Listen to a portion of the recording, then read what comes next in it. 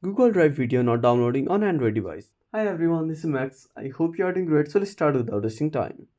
First of all, open up Play Store and search for any updates on Google Drive.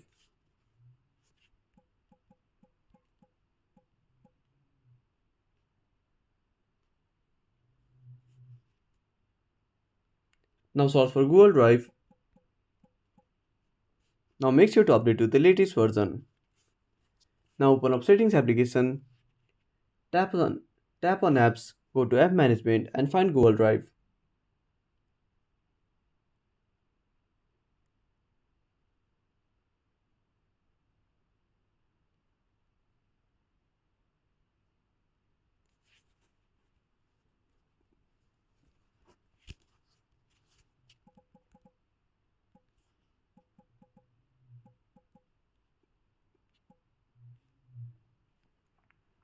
Now click on Force Stop. Go to Storage Usage and tap on Clear Data.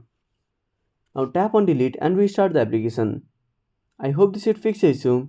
If you found this video helpful, smash that like button and subscribe our channel for more awesome content. Have a burning question about such topic? Drop down a comment below. This is Max signing off until next time.